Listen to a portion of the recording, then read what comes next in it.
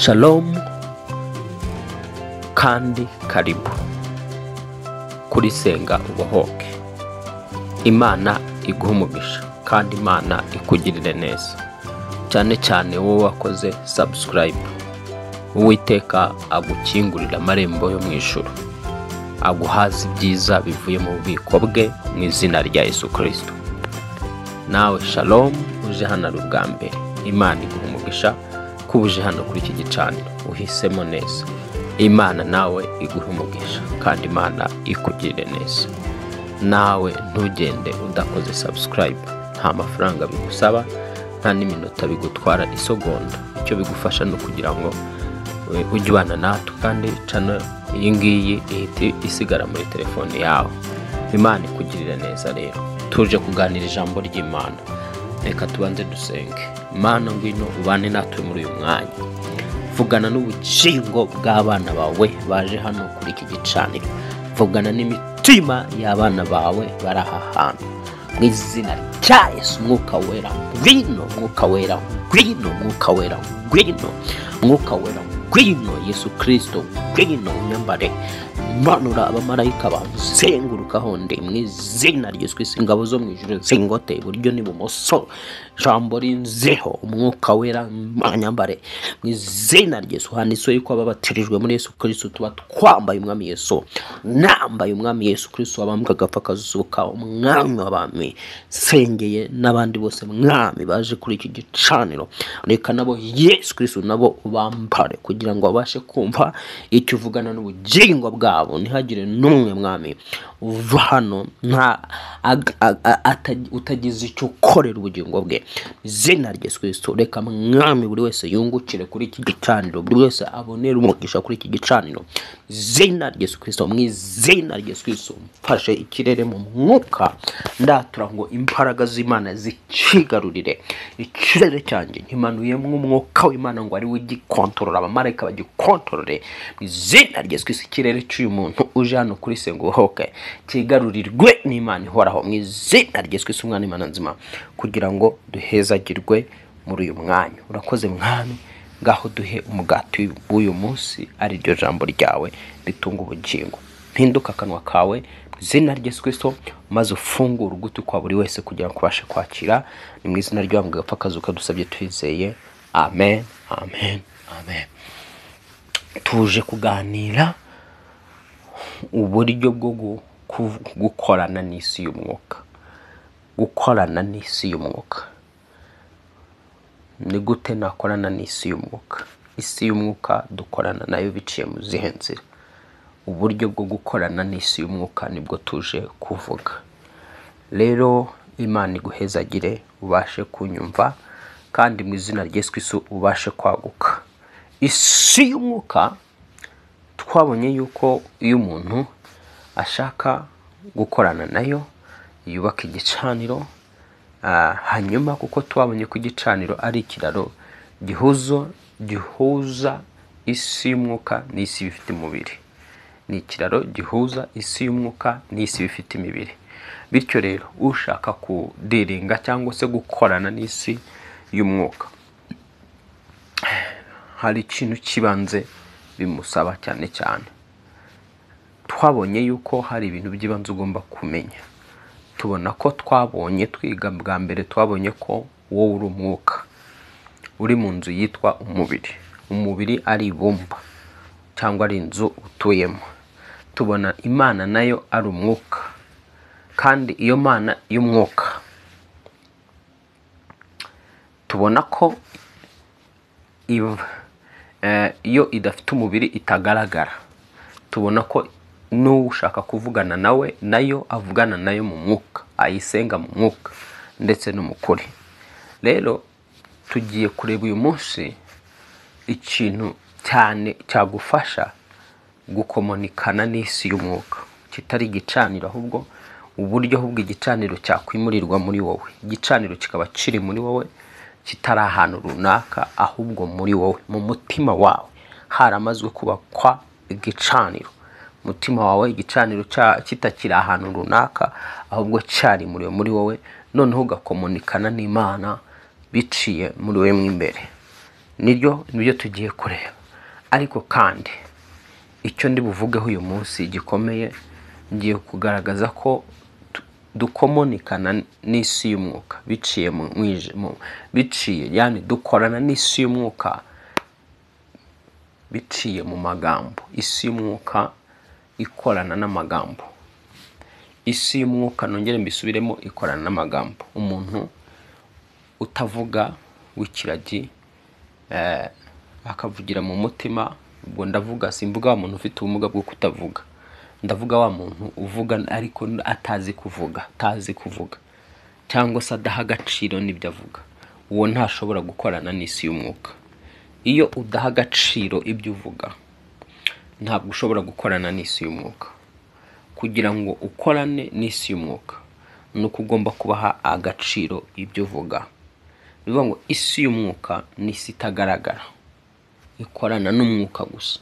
Ikorana n'umwuka gute rero iyo si itagaragara y'umwuka? Mu mwuka barekodinga buri kimwe cyose kiva mu kanwa kawe. Iyo mu kanwa kawe hasohotse ijambo, hari ahantu ryisevinga mu isi y'umwuka, rikazaba igifatika mu bihe bizaza. Ugasanga ku buryo umuntu utazi agaciro k'amagambo ava mu kanwa ke, mu isi y'umwuka asanga yiboshye, asanga yiziritse, cyangwa se n'abaganira nabo bakamuboha mu biganiro, yabyitaga ko ari ibikino. Isi y'umwuka rero ikomunikana cyangwa se ikorana n'amagambo. Amagambo ruba mu isi y'umwuka. Ku buzima bwawe hari amagambo ushobora kurekura akaba uzi yuko nta gaciro afite, ariko mu isi y'umwuka afite agaciro. Reka dutangire dusome ijambo ry'Imana. Yohana 6, dusome muri Yohana igice cya 6. Hanyuma turaza kuva aho ngaho tugende tureba ukuntu isi y'umwuka ikorana n'amagambo cyane. Kandi ubwo yaba ari igice cy'ijuru, isi y'umwuka ikorana n'amagambo, yaba ari igice cy'ikuzimu, isi y'umwuka ikorana n'amagambo. Umva hano ukuntu Yesu yavuze. Yesaya 6 n'umurongo waho wa 62, cyangwa reka duhere ku murongo Yesu 62 na Yesu na 2. None mwabona umwana w'umuntu azamuka ajya aho yahoze, mbere byamera bite? Umwuka ni utanga ubugingo, umubiri ntacyo maze. Amagambo mbabwiye ni umwuka kandi niyo bugingo. Urumva ko hano Yesu ahishuye amagambo icyo ari cyo. Yesu ahishuye ko amagambo ari umwuka, kandi umwuka ni utanga ubugingo.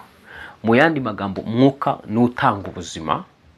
Umwuka niwo utuma hari biba. Nta mwuka nta cyabaho. Kugira ngo hagire ikibaho, nuko inyuma y'icyabaye haba hari umwuka. Kandi Yesu hano arasobanuye ngo amagambo niwo mwuka. Magambo mbabwiye niwo mwuka. Bikumbe kandi arongera avuga ngo umwuka ni ugira gute? Ni utanga ubugingo. Bishatse kuvuga ngo amagambo asohoka mu kanwa k'umuntu ari umwuka. Yasohoka mu kanwa k'umuntu ari umwuka. Wa mwuka ushobora gutuma hari ikintu kiba. Ushobora gutuma habaho ikintu cyitwa ubugingo. Ushobora gutuma habaho ikintu cyitwa urupfu. Ushobora kuba habaho ikintu cyitwa icyago cyangwa amakuba gisunitswe n'umwuka. Kumbe ya magambo ava mu kanwa kawe akuvamo ari umwuka. Ya magambo abantu bakuvuga akuvamo ava mu kanwa kabo ari umwuka. Wa muntu uvuga ngo ntacyo uzageraho, direct amagambo avuye mu kanwa ke ari umwuka ujya kurema, ushyira bariyeri, ushyira imipaka ku buzima bwawe. Ariko ntarakomeza, ndatura ngo buri jambo ryose ryavuze ko ntacyo uzageraho, ndarifuta mu mbaraga z'umwuka wera. Ndarifuta kwa damu ya Yesu Kristo. Ndarifuta kwa damu ya Yesu Kristo. ndatura ngo ugomba kugera ku bintu byinshi cyane mu izina rya Yesu. Ati amagambo mbabwiye ni umwuka. Umwuka ni utanga ubugingo. Nuvuga ngo rero isi y'umwuka kugira ngo ukorane nayo ni ukuba uzi kuvuga, ariko kandi kutari kuvuga gusa, ahubwo ibyo uvuga ukamenya ko biba, ntubishidikanyeho. Reka dusome ijambo ry'Imana hano rindi tubona muri Mariko igice cya 11. Mariko igice cya 11 tugiye kureba uko amagambo ashobora gukora ibintu bidasanzwe. Amagambo ashobora gukora ibintu bidasanzwe, amagambo ava mu kanwa kacu. Amagambo ava mu kanwa kacu ntabwo ari amagambo, ahubwo ararema. Amagambo ava mu kanwa kawe, wowe wamaze uri hano kuri Senga Ubohoke, menya ngo ni amagambo, nta magambo aturuka mu kanwa kawe gutyo gusa, ahubwo asohoka mu kanwa kawe hari iki agomba gukora. Mariko igice cya 11 tuve ku murongo wa 12. Ngo bukeye bwaho mu gitondo bamaze kuva i Betaniya arasonza, areba kure abona umutini uriho ibibabi, arawegera ngo ahari yawubonaho imbuto. Nyamara ugezeho ntiyagira icyo abona keretse ibibabi, kuko kitari igihe cyo kwera kw'imitini. Arawubwira ati, umuntu ntakarye ku mbuto zawe iteka ryose. Abigishwa babyumva. Dusimbuke ku murongo wa 20. Bukeye bwaho mu gitondo kare bakigenda, babona wa mutini wumye uhereye ku mizi. Petero yibutse ibyawo aramubwira ati, mwigisha, dore wa mutini wavumye warumye. Yesu arabasubiza ati, mwizere Imana. Ndababwira ukuri yuko umuntu wese wabwira uyu musozi ati, shinguka utabwe mu nyanja, ntashidikanye mu mutima we, yizeye yuko icyo avuze gikorwa, yakibona. Nicyo gitumye mbabwira nti, ibyo musaba byose mubishyizeho umutima, mwizere yuko mubihawe kandi muzabibona. Nshuti mukundwa muri Kristo Yesu, urumva ko isi y'umwuka ikorana n'amagambo, kandi igitangaje nuko mu mwuka ikintu cyose kirumva. Mu mwuka wavugana n'inyoni ikumva, mu mwuka wavugana n'igisiga kikumva, mu mwuka wavugana n'imvura ikumva, mu mwuka wavugana n'inkuba ikumva, mu mwuka wavugana n'ibicu bikumva, mu mwuka wavugana n'ibiti bikumva, mu mwuka wavugana n'umuyaga ukumva, mu mwuka uvugana na bagiteri ikumva, mu mwuka uvugana na virusi ikumva, mu mwuka uvugana n'ubutaka bukumva. Mu mwuka ikintu cyose kirumva, icyo ubona cyose mu mwuka kirumva. Ni ngombwa rero sasa gusobanukirwa, ukamenya yuko iyo uvuga icyo ubwira cyose kirumva. Ndagira ngo uze kugira ibintu uvugana nabyo mu buzima bwawe. Ibyo ubona udashaka birakumvira, nudashidikanya igakuvugana n'ibintu, igakuvugana na situation yose ubona mu buzima bwawe, igakuvugana n'indwara. Uzibwire ngo yewe wandwara we, yewe waburibwe we bwo mu nda, ndavuze ngo nsohokamo. Yewe waburibwe we bw'amaso, ndavuze ngo ndekura. Yewe wabituguwe, ndavuze ngo hambuka. Igakuvugana na buri kimwe cyose. Mu mwuka nta kintu kitumva. Hano rero kugira ngo Yesu atwigishe ko buri kimwe cyo mu mwuka ibintu byumva, yageze ku mutini arawitegereza, ngo kuko yarashonje, abona ngo uratoshye cyane, arawegera agira ngo arebe ko yabonaho imbuto. Ariko ibi ngibi ntabwo yabikoreye kugira ngo nuko atarazi ko atari igihe cyawo cyo kwera, ahubwo hari ikintu yashakaga kwigisha abigishwa natwe ab'iki gihe cya none. Yashaka kutwigisha ko mu mwuka ikintu cyose kigira amatwi kandi cyumva. Noneho agera ku giti, yageze kuri uwo mutina witegereje avuga ngo ntukongere kwera imbuto ukundi, arigendera. Uhereye igihe yawubwiye ngo wa mutini we ntukongere kwera imbuto ukundi, muri ako kanya nta cyabaye. we yarigendeye gusa. Mu kugenda ku buke bwaho baza guca hahandi nanone wa mutini wari uri. Petero ngo yibuka ibyaho, yibutse ibyaho abwira Yesu ati databuja, dore wa mutini wumye, wa mutini wavumye warumye. Yesu aramubwira ngo mu magambo ye Yesu aramusubiza ati mwizere Imana. Ndababwira yuko umuntu wese muri mwe wabwira uyu musozi ati shinguka utabwe mu nyanja. Kumbe mu mwuka wabwira n'agasozi kakumva, umusozi ugaragara wawubwira ukumva. Mu mwuka nta kintu kitumva. Iga kuvugana n'ibibazo ubona mu buzima bwawe, iga kuvugana n'intambara ubona mu buzima bwawe, iga kuvugana na buri situation yose. Kandi aho mvugira ahangaha utangira uvugana na buri situation yose wumva utishimiye. Ni wowe gusa utaruzi ko mu mwuka ibintu byumva, ariko Yesu hano yagaragaje ko ibintu byumva, nta kintu kitumva mu mwuka. So mu mwuka rero gira kumenya gukoresha neza akanwa kawe. Imana iravuga ngo tureme umuntu mu ishusho yacu ase natwe, ariko Imana ijya kuvuga ngo tureme umuntu mu ishusho yacu ase natwe, tangira mu itangira cya mbere umurongo wa mbere, isi yariho ubusa nta kintu cyuriho, ikiriho icuza umwijima. Mwuka w'Imana ngo azagendagenda hejuru y'iki y'umuhengeri. Hanyuma ngo Imana iravuga ngo habeho umucyo. Nuvuga ngo Imana ubwayo ishaka ko hari ibintu bibaho, yakoreshaga ijambo ikavuga ngo habeho iki, ihabeho iki, habeho iki. Misi 7 byose itegeka ivuga ngo habeho iki. Nshuti mukundwa muri Kristo Yesu, sobanukirwa yuko nawe niba ushaka kugira ngo agire ibintu bibaho, iga kuvuga, iga kwatura, iga kuvuga ibikomeye ku buzima bwawe, iga kwatura ibintu bikomeye ku buzima bwawe.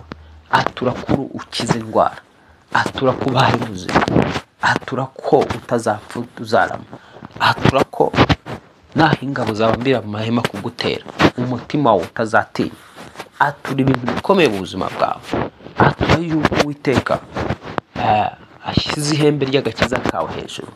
Atura ko uri umutunzi, atura ko utari umukene, atura ko mu bapfu utarimo, atura ko mu bicwa n'amahembe utarimo. Atura ibintu bikomeye ku buzima bwawe. Menya kwatura, uvuga ibintu bikomeye. Ibyo uvuga bizabaho, ibyo watura bizabaho. Uri umuhanuzi w'ubuzima bwawe, niwe muntu wa mbere ugomba kumenya uburyo bwo guhanurira ubuzima bwawe, ugahanurira umubiri wawe, ukawaturaho ubuzima, ukawutandukanya n'ibyo ubonaho. Wikwemeranya n'ibyo wumva mu mubiri, ahubwo ibyo wumva mu mubiri jya mu mwuka ubyaturire, ubibwira uti murambira mu mubiri, muransohokera mu mubiri. Oya wibererekera Satani. Biravuga ngo nuko ntimukabererekere Satani. Hari abantu babererekeye Satani, Satani araza yinjira mu buzima bwabo, baramuturiza baraceceka. Ariko menya ngo Satani arumva, abadayimoni barumva. Twabonye Yesu Kristo yirukana abadayimoni mu bantu ari uko yavuze. Noneho kibwira ko abadayimoni bazakuvamo utavuze, iga kuvuga, iga gusenga. Iyo tuvuga kuvuga no tuvuga dusenga, tuvuga turi mu mwuka, tuvuga twatura ibintu bikomeye, duhagaze mu ijambo ry'Imana, turi mu mwuka. Ibyo ushaka ko bibaho ni wowe ugomba hari uruhare rwawe rugomba gutuma bibaho. Kandi urwo ruhare rwawe nako kanwa kawe. Akanwa kawe iyo gasohoye ijambo mu isi y'umwuka rigenda ari umwuka. Kandi noneho kuko Yesu yigishije akatwereka ko umwuka amagambo tuvuga ari wo mwuka, kandi umwuka utanga ubugingo. Umubiri ntacyo umaze. Umuntu ashobora kugukubitisha amagambo, akakubohesha amagambo, akakuzirikisha amagambo kandi atagukozeho. Bamwe muri mwebwe muratongerwa n'abaruzi n'abapfumu n'abakonikoni bakabohera, ugasanga ibyo babohereye mu buryo bw'amagambo n'ibyo babatongereye byabafashe.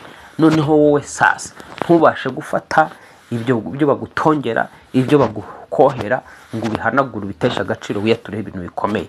Katika jina la Yesu ndasenya umuzimo, ndasenya igeni, ndasenya umwuka w'umuruzi w'uburyo bwose. Akakanya kwa jina la Yesu Kristo wakwata ku buzima bwawe, wakwata ku buzima bwanjye, uwo banyohera, uwo bantongera, fa kwa jina la Yesu, fa kwa jina la Yesu. atura ko uwo mwuka bagutongera upfuye mu izina rya Yesu.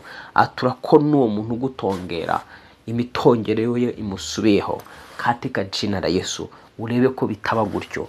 Bwira iyo nda yawe, ibwire ngo wanda wibikurimo sohoka. Igakubwira virusi utera sida, ibwire ngo turumbuka mu maraso yanjye nta cyicaro ufite. Igakubwira buri ndwara yose ubona muri wowe gusa ntushidikanye. Wumvise ko Yesu yavuze ngo uramutse ubwiye umusozi ngo wa musozi we shinguka utabwe mu nyanja, ntushidikanye mu mutima wawe yuko icyo uvuze kibaye. Wakibona kiba.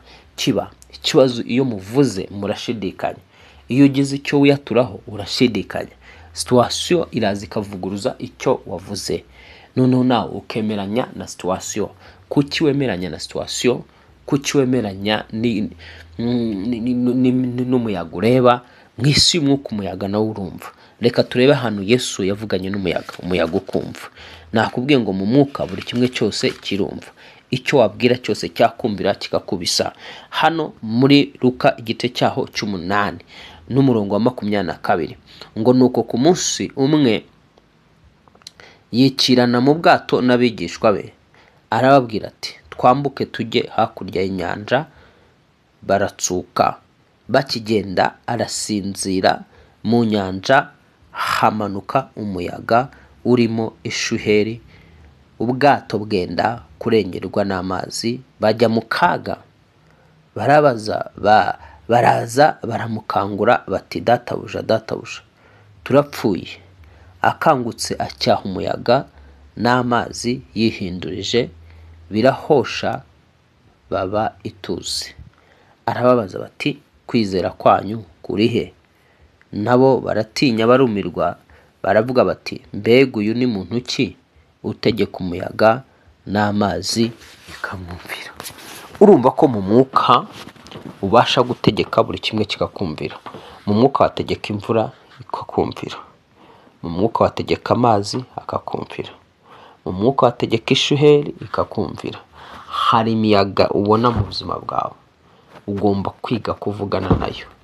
Iyo miyaga irimo irakwerekeza hepfo no haruguru, itemera ko utuza mu mutima no mu bitekerezo. Irimo irakubita hepfo ikujyana haruguru. Yihagarike mu izina rya Yesu. Ndahagarika buri muyaga wose wabonaga mu buzima bwawe mu izina rya Yesu Kristo usumba amazina yose. Ndahagarika umuyaga wose wabonaga mu buzima bwawe, umuyaga w'ibigeragezo ndawuhagarika mu izina rya Yesu Kristo. Umuyaga wa krize ndawuhagarika ku buzima bwawe mu izina rya Yesu Kristo. Umuyaga wabonaga mu izina rya Yesu uje kukuteza akaga mu izina rya Yesu. Umuyaga wabonaga mu rugo, umuyaga wabonaga mu kazi kawe, ndawuhagarika mu izina rya Yesu Kristo. Ndawuhagarika mu izina rya Yesu Kristo. Aka kanyizere urebe ko ibyo wabonaga mu kazi no mu buzima bwawe bidahagarara. Iga kwizera, iga guhagarara ku ijambo. Menya ko ijambo rikora mu mwuka. Wishidikanya ku ijambo, witegereza ngo hari ibitangaza bizaza ubundi buryo bitaciye mu ijambo. Ibitangaza bigomba kuza biciye mu ijambo, ariko kandi ijambo ryizewe na nyiraryo warivuze, cyangwa se ryizewe n'uwo ryabwiwe. Aka kanya uramutse wizeye ko ibyo tukwaturiyeho bibaye, wabibona. Menya rero ko isi y'umwuka kugira ngo ikore ni amagambo. Imana ishaka kurema ukwezi, Imana ishaka kurema izuba, Imana ishaka kugira ngo irisanzure turibone, yakoresheje amagambo. Imana ishaka kugira ngo abantu babone imbuto zo kurya, babone ibiti babazamo, bizavamo ibitanda, bizavamo intebe, bizavamo iki n'iki bikoresho bigomba gukoreshwa hano mu isi. Yakoresheje ijambo. Imana ishaka kugira ngo abantu bazabone ibatunga, yakoresheje ijambo. Noneho rero yaravuze ngo twiremere umuntu mu ishusho yacu ase natwe. Twabonye yuko Imana yaremye umuntu ngo haburaho hato yenda kumera nkayo, twenda kumera nk'Imana. Yaturemye mu ishusho yayo, muri we harimo ububasha bwo kwatura kandi ibyo watuye bikaba.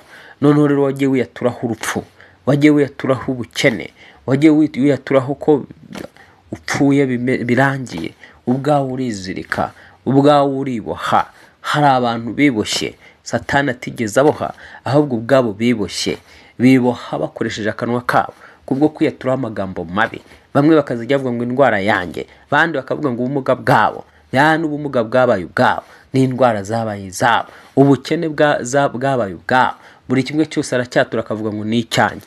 Mu izina rya Yesu Kristo utangire gukansoringa ibyo wagiye wizirikaho, kwa kundi ujya waturangura umukene, kwa kundi ujya waturangura ibintu bimeze nabi, atura ko bimeze neza mu izina rya Yesu. Ihambure uhereye kano kanya avuga uti Mwami Yesu Kristo, amagambo yose nibohesheje kubwo kwiyaturaho ibibi nyatesheje agaciro mu izina rya Yesu Kristo, nyatesheje agaciro mu izina rya Yesu Kristo.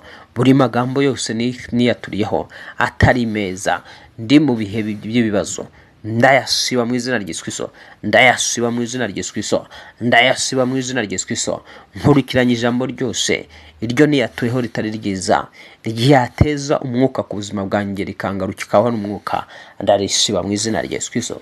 Twabonye ko amagambo iyo asohotse mu kanwa k'umuntu asohoka ari umwuka, kandi umwuka akaba ari utanga ubugingo. Umubiri ntacyo bumaze, bishatse kuvuga ngo ya magambo ashobora kugaruka ku mubiri wawe, mu yandi magambo mu yindi kote akaba yazana urupfu, yayandi uba yaturiyeho. Rero ndagira ngo muri aka kanya tujijuke, buri muntu wese ajijuke kandi abere maso ubuzima bwe. Umenye gukoresha neza akanwa kawe, umenye gukoresha neza ururimi rwawe, kuko nurukoresha nabi uzizirika, uzihambira, uzisanga nyine mu yandi magambo ubwawe atari umurozi wabikoze, ahubwo ari wowe ubwawe wiroze, wiroga ukoresheje akanwa kawe. Hari abantu biroga bakoresheje akanwa kabo. Reka ngusomere rino jambo 13:3 haranditse ngo ufashe ururimi rw'abarinze ubugingo bwe, ariko ubumbura akanwa ke azarimbuka. Umuntu ufata ururimi rwe mu bihe by'ibibazo, umuntu ufata ururimi rwe mu gihe cyo kuvuga ntapfe kuvuga ibyo abonye, areba arinda ubugingo bwe. Ariko ubumbura akanwa ke agapfa kuvuga, akavuga ibintu bidafite biterekeranye, birikavuga ngo ngo azagira gute, azarimbuka. Noneho twihute cyane nanone ahangaha Migani 15:4 akavuga ngo ururimi rukiza ni igiti cy'ubugingo, ariko urugoreka rukomeretsa umutima. Urumva rero kuri urwo rurimi rwawe, ururimi rwawe ugomba kururinda cyane, ugomba kururinda cyane kandi ukarinda akanwa kawe. Hano biravuga ngo akanwa k'umupfapfa niko kazamurimbura, kandi ikigusha umutima we mu mutego ni ururimi rwe. Urumva hano ijambo riravuze ngo akanwa k'umupfapfa niko kazagira gute, kazamurimbura, bitewe n'amagambo ava muri ako kanwa k'umupfapfa. Akanwa usanga ariko kamurimbuye, uwo muntu atarimbuwe n'iki, n'abadayimone, atarimbuwe n'abarozi, ahubwo bitewe n'uko akoresha akanwa ke, amagambo aca mu kanwa ke akaba yagaruka, akaba ariyo amwangiza, ariyo amushyiraho iherezo. Akanwa k'umupfapfa ngo niko kazamurimbura. Imigani 18:7 kandi ngo ikigusha umutima mu mutego. Kumbe hari umutego umuntu ashobora kwitega ubwe, hari umutego ngo urwo rurimi rwawe rushobora kukubera umutego, rugatega ubuzima bwawe, wa mutego ukawugwamo ari wowe wawiteze.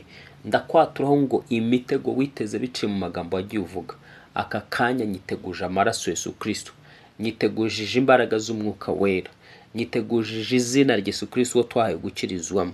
Uhereye umunsi wa none linda akanwa kawe, linda umunwa wawe. Muririmbyi niwe waririmbye ngo ururimi n'akantu gatoya ariko gashobora kurimbura. Ururimi ni akagingo gato ariko gashobora kurimbura umusozi, gashobora kurimbura abantu benshi bitewe n'amagambo agaturukaho. Reka nsome uyu murongo wa nyuma, dusome uyu murongo wa nyuma.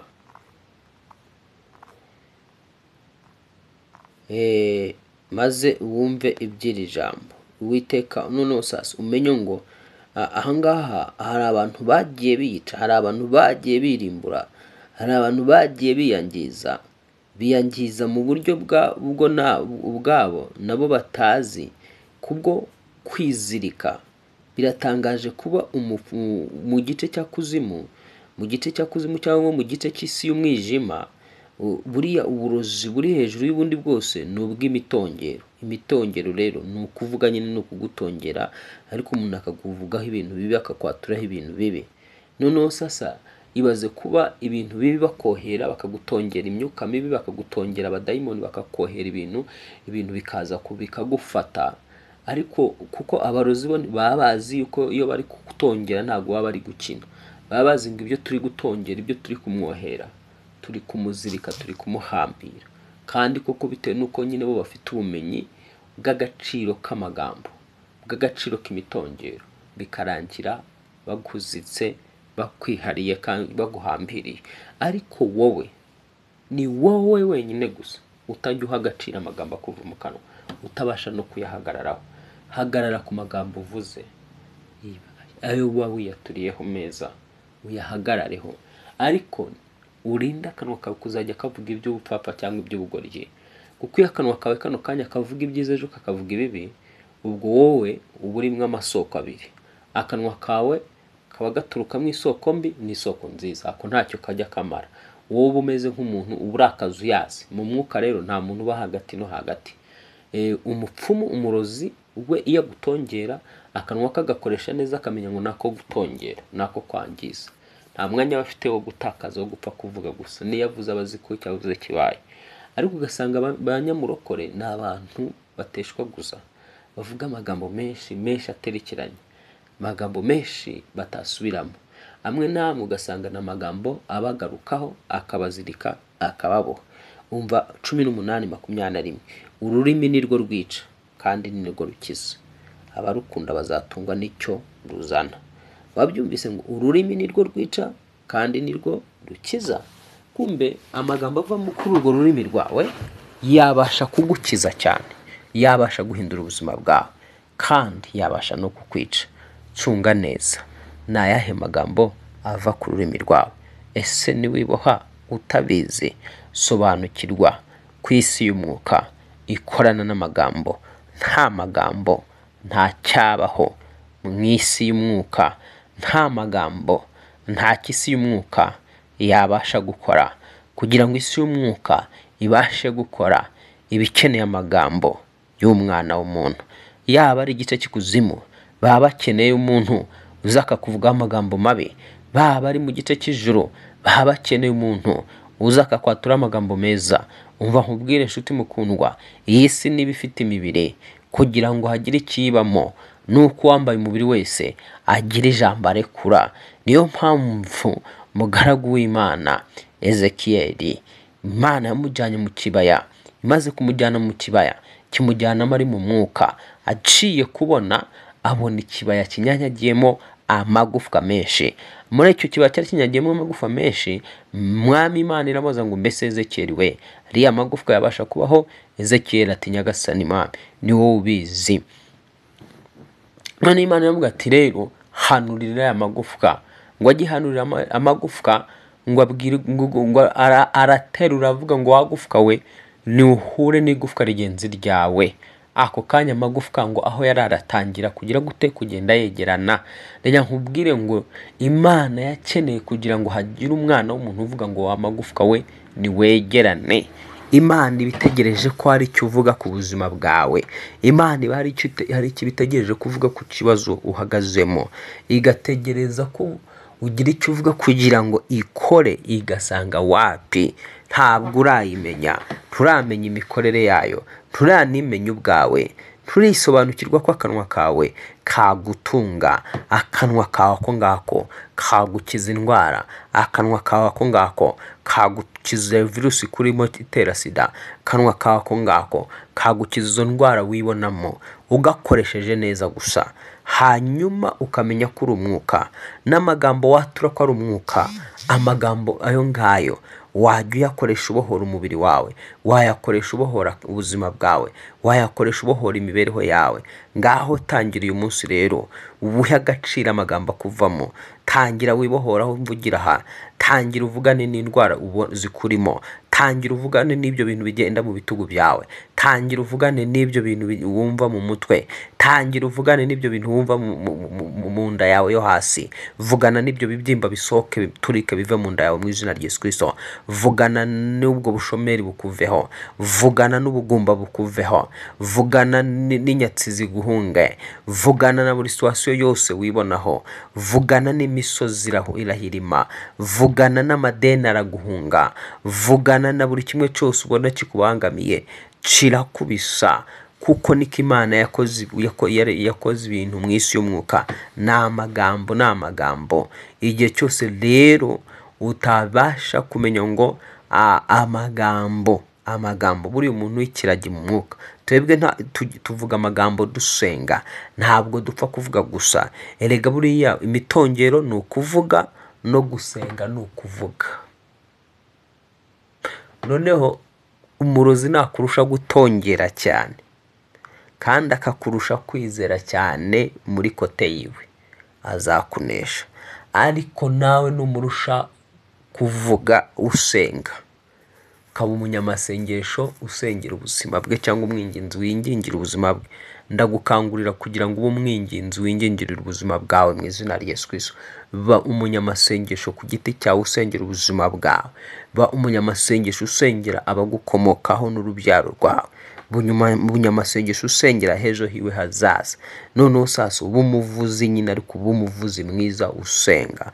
Umuvuzi abari abantu usanga iyo batangiye kuvugana n'abandi bantu ibiganiro bisanzwe badashobora kubura amagambo, ariko batangira gusenga akaba atasenga iminota 3-4, nyamara ashobora kujya kuri telefone akavugana n'undi muntu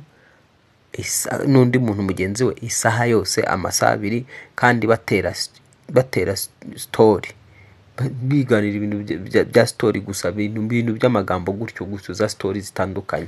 Ariko wajya imbere y'Imana uri umuntu ufite ibibazo imbere n'inyuma, destination yawe nawe urabona ko iri mu kaga, ibibazo birakuzengurutse, ariko ukabura umwanya w'amasaha 2 n'iminota 40.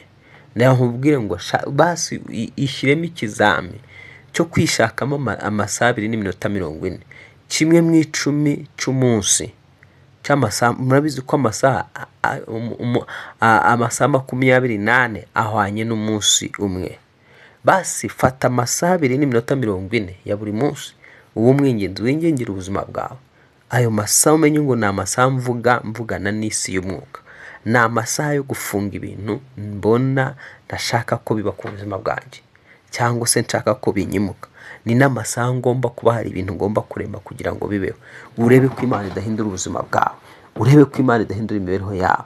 Mpamvu abantu babaganza nuko bo baboneka cyane ku bicaniro byabo batura batongera bavuga. Wowe rero kuvuga kwawe kukaba gukeya, uri kwisengera. Ndakwatura kugira ngo amavuta yo gusenga, amavuta yo gusenga nakumanuka mu izina rya Yesu Kristo. Ujye ubasha kudiringa n'isi y'umwuka, kandi ntugashidikanye kubyo uvuga. Yesu yavuze ngo ubwiye umusozi ngo shinguka utabwe mu nyanja, ntushidikanye ko mu mutima wawe cyuvuze kibaye, wazakibona kiba. Ntukongere gushidikanya ku byo umukozi w'Imana kwaturiraho igihe agusengera, kandi ntukongere gushidikanya ku byo nawe wakwiyaturaho igihe uri kwisengera. Imana y'amahoro igumugisha, Imana y'amahoro ikugirire neza. Ndakwifuriza kugubwa neza, ndakwifuriza kumenya gukomunikana n'isi y'umwuka. Ngaho Uwiteka kugire neza.